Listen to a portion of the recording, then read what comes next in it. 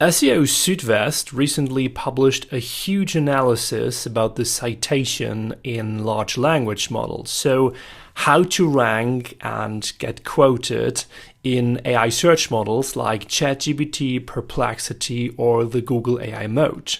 And in this video, I broke down for you all of those results from the analysis into two major big areas that we will deep dive into after the intro. If you're new to this channel, my name is Robert, and in the past years, I helped more than 50 B2B industrial companies to rank on Google, to appear in AI models, and to win leads online. And if you also want to deep dive yourself more into that subject, we also have a full free white paper about B2B SEO in the age of AI. If you want to download that, just go to robertsiegers.com/en/paper and get your free copy now. So for the whole analysis on SEO Südwest, these are the main factors that they try to analyze and identify.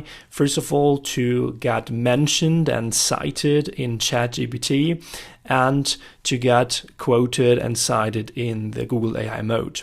And the factors are broadly, let's say, the same. So when you want to get cited or quoted in ChatGPT, you also need to do the same things to get cited or quoted in the Google AI mode, which is probably also true, most probably from my experience, for other AI search models like Perplexity, or also for classical search engines like Google or Bing, which are still relevant for the next probably month or year. So the factors I try to break down to rank, and I put that in quotation marks here, because we don't actually talk about ranking factors here when it comes to getting cited or quoted in large language models, because there is not actually a ranking like we know from the blue links from a classical search engine results page in Google. We mostly focus on getting quoted or getting citations in AI search models like, for example, Google AI mode or ChatGPT. And we focus on this breakdown here on B2B brands. So manufacturers, distributors, B2B e-commerce, as well as B2B services. So I also try to provide you a bit of a breakdown of how important things are. So those big boxes here above in my chart are way more important than those tiny boxes here below in the chart. So in order to rank or to get quoted, definitely focus more on the bigger picture than on the tiny things. And the two big areas that I came up with is, first of all, on-page. So everything that happens on your B2B website, everything that you can probably and hopefully influence by yourself or by your team, by your webmaster, by your freelancers or agency. And on the other hand, we have the whole area of off-page. So everything that happens not directly on your page, but on other pages around the internet.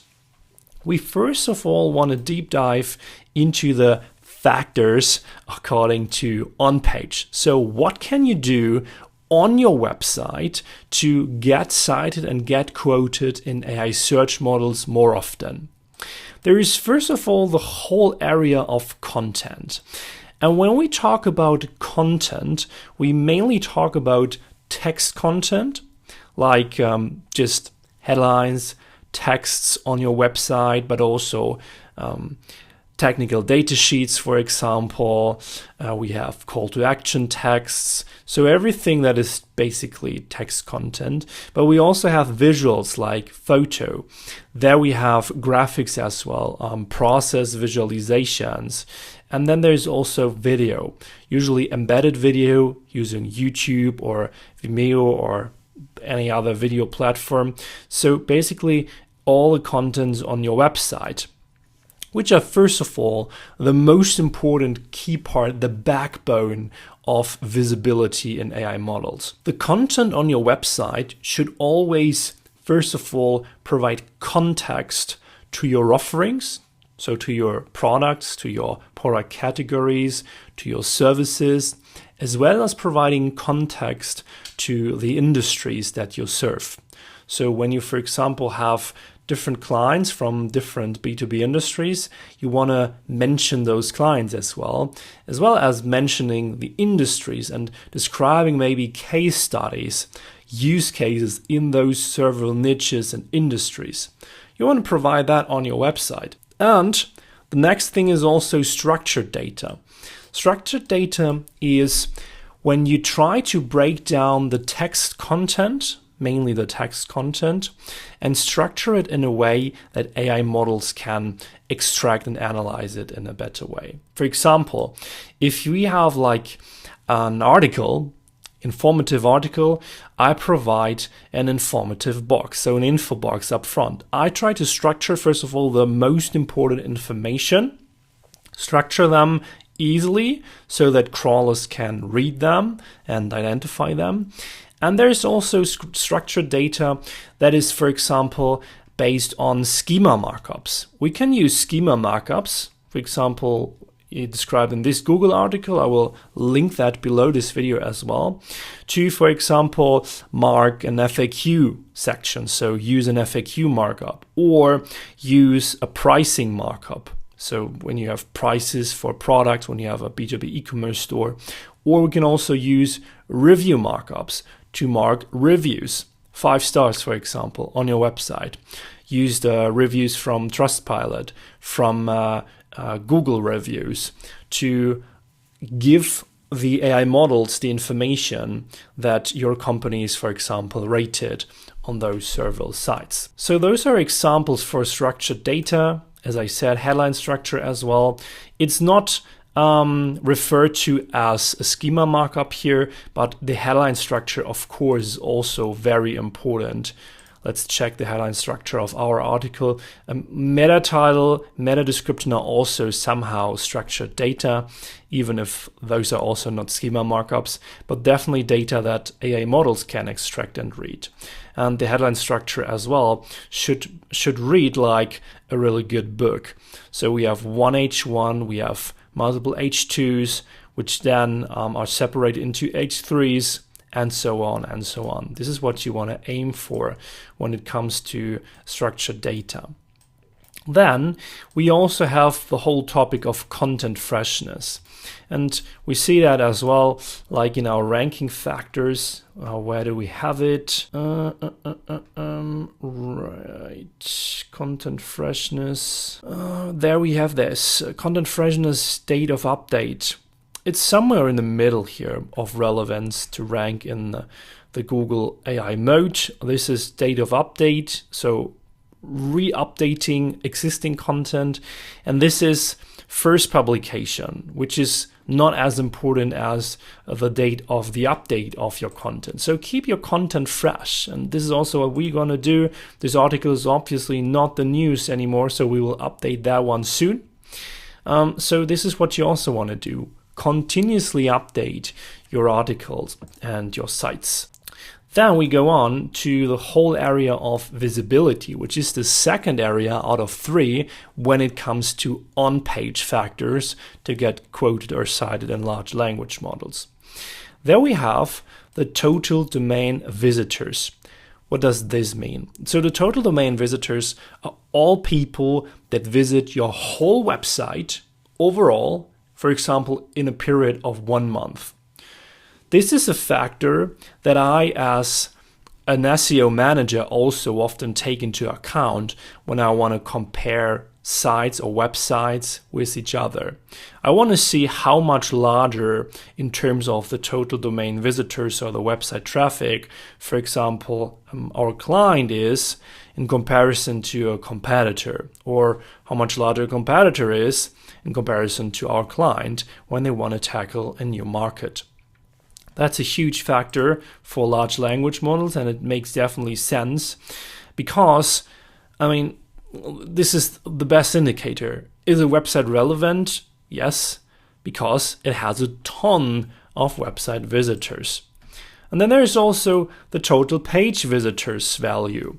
This is just the visitors that come to a single page. So let's say this is our home page, right? This is our website.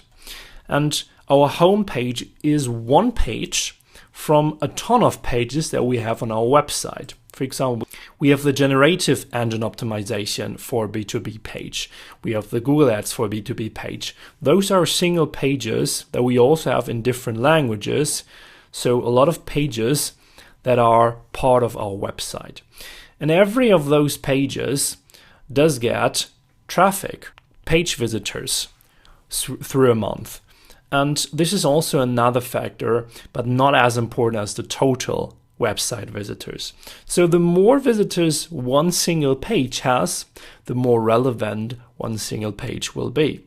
And this is what you will also often see. The home page or the main service pages, the main product category pages are often also the most relevant ones, or also often informative articles, which are also quite often quoted and cited by the large language models. And then we have the factor of keyword rankings in traditional SERPs. So a SERP is a search engine results page. And when we, for example, Google something, let's say you Google a CNC milling London or something, and you get those 10 blue links that we always get on Google. This is the search engine results page where you see those 10 links. And when we look at the analysis here, we have this factor as well. Somewhere I've seen it. Let me see where that is. Presence in the SERP, in the search engine results page in the top 10, which is also somewhere in the middle. So it's definitely relevant, but it's not the most relevant factor. But I mean, that's an obvious correlation again, because if you rank good in the top 10 on Google, I mean, come on, it's definitely for sure that you will also appear in the AI mode somehow, right? Not as always, but definitely quite often. So keyword rankings in traditional searches are still relevant, especially when we see how those AI models work. Let's try to figure that out a bit more. So when I Google CNC Machines London, I switch to the AI mode now, which is up here currently. And now you see, okay, now the Google AI mode, which uses Gemini, so the search model or the generative model Gemini that tries to break the search now down, it searches different single keywords. So when I, for example, prompt, I'm looking for CNC machines in London for my industrial company in the sector of metal welding, for example, right? Now it decompensates this prompt into different keywords, and this is called query decomposition. And out of this prompt, it now gives me a different results here based on my search. So this is also why it's irrelevant, because every prompt that you search or ask for in an AI model will then be broken down into different keywords, different terms. And those keyword searches, they will still result into the old style of search. So what the AI models are basically doing here, they take away this work of manually searching in the search results and presenting us a summary of the answers or the results. But behind that is still the process going on of figuring out which keywords are needed to be searched for a prompt that I give to the AI model here. And we go on to the third and last big part of Onpage, which is technical. And I put that on position 3 because, again, still it's not as relevant. Same thing as it was for the classical SEO. Yes, technical optimization is a part of SEO, but it's definitely not the biggest lever or the biggest thing that I would tackle if I want to rank higher in any search engine. And we also see that in the studies. So page speed factors are somewhere in the middle, somewhere in the lower part. That we have LCP right here, FCP, also for AI mode in Google, LCP, largest contentful paint. Those are page speed factors. And when we have, for example, have a look at page speed analysis here from Google Page Speed Checker, we find those factors here as well. So this is, for example, a page speed factor, the largest contentful paint, for example, or the first contentful paint. So when do the first elements appear? When is the biggest element appearing on the site? That's also relevant, but not the biggest thing to optimize for when it comes to getting mentioned and getting quoted in AI models. Of course, we also have UX, which is also important. So user experience. I want to design a website that is nice and useful for the user so that they directly find what they're looking for. That's important as well. So when I come to my website, for example, to the agency website, you directly get, without any scrolling here, what we are doing, what you're getting from us, our USPs, and you can also book a free consultation call, or you just directly get to our solutions and services. This is what you want to get. And this is how you want to design a website. Nevertheless, it's not as important because we still see websites appearing in AI models that are not as good as designed. So make sure your website is usable, doesn't look like the last piece of crap, of course. And after all, focus on the content and the off-page part, which we now talk about. So off-page, that's the second big area when it comes to getting quoted and cited in AI search models. And there we have two big parts when it comes to off-page generative engine optimization. The first one is, I call it the presence on other websites. Then we have the second part, which is omnipresence. So that's everything that happens, let's say, next to other websites, so on platforms, on social media, on directories, etc. But let's stay with the presence on other websites first, because there we have, and that's pretty similar to the old school SEO stuff, we have backlinks, we have citations, and we have public relations.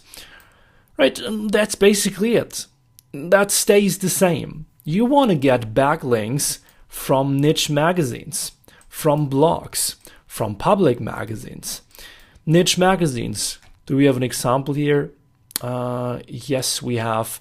A niche magazine is, for example, manufacturing.net. A niche magazine for an SEO agency like us could be, for example, Search Engine Land. And when you want to get linked in a blog article, you could, for example, also get linked in our blog articles. We have on our website a guide/blog where we publish informative articles, and this, for example, also counts as a blog. So you could cooperate with us, for example. I'm not offering that right now, but it's a potential example here. This is what you want to get. As well as citations. So you don't need to just get linked every time you have like a guest article or a guest post somewhere. Sometimes it's also good to just get cited, get quoted in public magazines, for example, like big public media. If your company is present there, that's the main thing. Same thing as for public relations. PR is also something that, from my experience now, gets more important in the age of AI models arising. So make sure to also get some advertorials. Advertorials are just, let's say, articles that you buy in public media.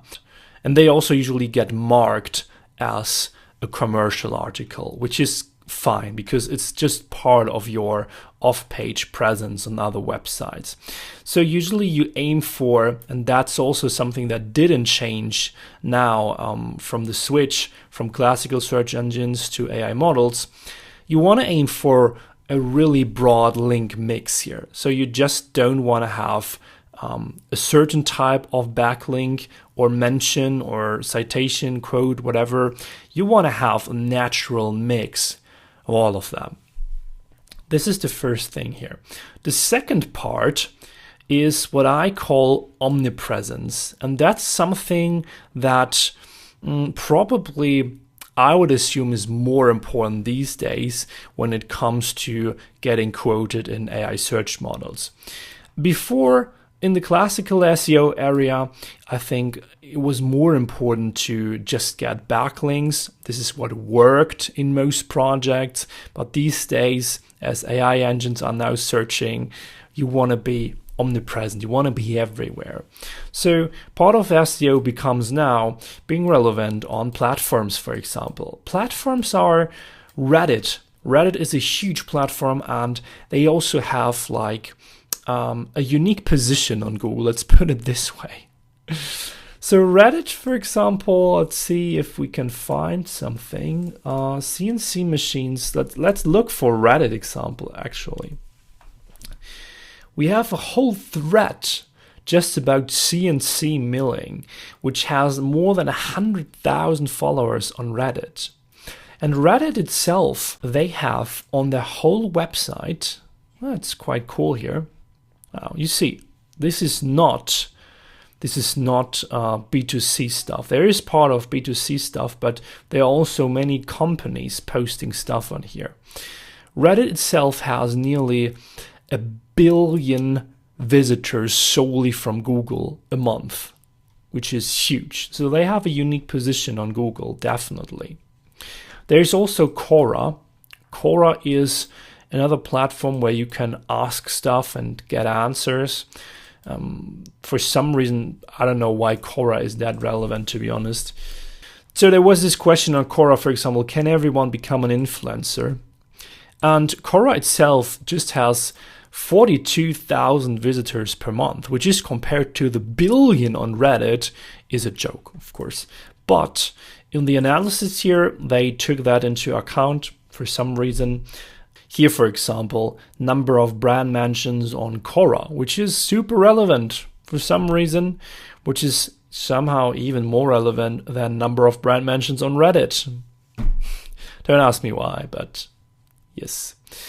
So Quora is somehow also relevant. And then we, of course, have also old school niche forums. So basically every platform that can be crawled by the new models is relevant. Be relevant there. Don't focus too much on that. I'm telling you that. I'm also talking to a lot of our clients about Reddit and stuff recently, and trying to figure out if they think it's relevant for them as well, if they have ever heard about it even, because in the B2B industry, Reddit is not as present, let's say. But I just got some feedback, and maybe we will try that as well and publish some stuff, some brand mentions for our clients as well, if they don't get deleted. So I will keep you posted on that here on the channel as well. And then we, of course, have the whole topic of social. So while platforms are maybe discussable for the relevance in the B2B market, social is definitely not anymore. So what I see is when it comes to becoming visible in the new models, you definitely want to be omnipresent. And we have our YouTube channel, and we do this channel for a couple years now. Not a huge channel, but we have some videos and we have some terms and some relevance for that as well. And I can definitely say that this brought us, in the past month, this brought us a lot of leads through the AI models, because ChatGPT especially, or the Google AI Mode, Google AI Overviews, they think that our agency is somehow relevant because we also are on YouTube. and we do a lot of relevant content on YouTube. And therefore, we are not just having a website or a LinkedIn profile, we are also more present than that. And this is something that helps us I'm convinced about that, right? This is something that definitely helps us getting leads from those AI models these days. So you want to think a bit broader than just your own website and some backlinks. You also want to think about being present on some of the other platforms. And don't get me wrong, you don't need like an Instagram strategy now and a Facebook strategy and a Xing and LinkedIn, whatever strategy. Just be present here and there. For example, publish maybe 3 YouTube videos a year. Just have some content on the platform which is relevant to your offerings, to your industries, offer solutions, and maybe explain some of the products and your company. Video is also a good element that you can use on your website or reuse. For example, we have that on our website right here, how to generate qualified B2B leads in the AI era. So we also use video here, and that's definitely also a conversion booster. Long story short, also be present on social media these days, but don't overthink it. Don't focus too much on every of those networks. Just pick 1 or 2 and also be present there from time to time. It's important because the content is crawlable as well. Google AI Mode also crawls YouTube. Google in general crawls LinkedIn as well. So when you post here, you also appear on Google search, and therefore you're also relevant in the AI mode. That's as simple as that. And then last but not least, we have directories and we have podcasts as a separate category. Directories are, for example, the Google Business Profile, which is somehow also structured data. So you want to focus on that as well. Get some reviews on there, get a proper description, put your location. If you have multiple locations, you can even reuse it and do multiple Google Business Profiles. We have some clients who also do that, and it works quite well. So definitely relevant. And also directories like werliefert-was.de, WLW, or Europages. Those are just some examples from Europe now. If you live, for example, in the American continent, you probably also have different other directories. Not a huge factor, definitely, if you are not relevant or listed here, but why not? I mean, it doesn't cost anything, and you can just get your website a bit more visible by just putting it on the platforms. Google Business Profile, I think, is the most relevant of the directories. So I would always, if you have a company, try to care and take care for your Google Business Profile and try to keep it as clean and well-performing as possible. And last but not least, podcasts as a separate category. Podcasts are also just something, where you just want to get mentioned. You can like position them. This is more like a top-notch strategy. If you have a lot of budget, a lot of time, you can also apply for interviews, become an expert in different podcasts, and just appear as a brand or as an employee, as a CEO of your own company, and therefore build some more omnipresence. And that's basically it. This is how to get quoted and how to rank in AI search models as a B2B brand. And if you now want to also start with that, if you want to get support to also rank in AI search models and become ready for the new search era of AI, then we can definitely help you with that. If you want to get a free potential analysis, just go to robertsiegers.com/en. Click here on potential analysis or free consultation somewhere on our website, and then you can choose an appointment and I will call you on the chosen time. And we have like a first call then, and in the next call, which is also free, I want to deep dive with you into the strategy that might be applicable for your industrial company, for your B2B brand to appear in those AI models. I'm looking forward to see you in the call or to see you in the next video. Have a fantastic day and much success in ranking in those AI search models.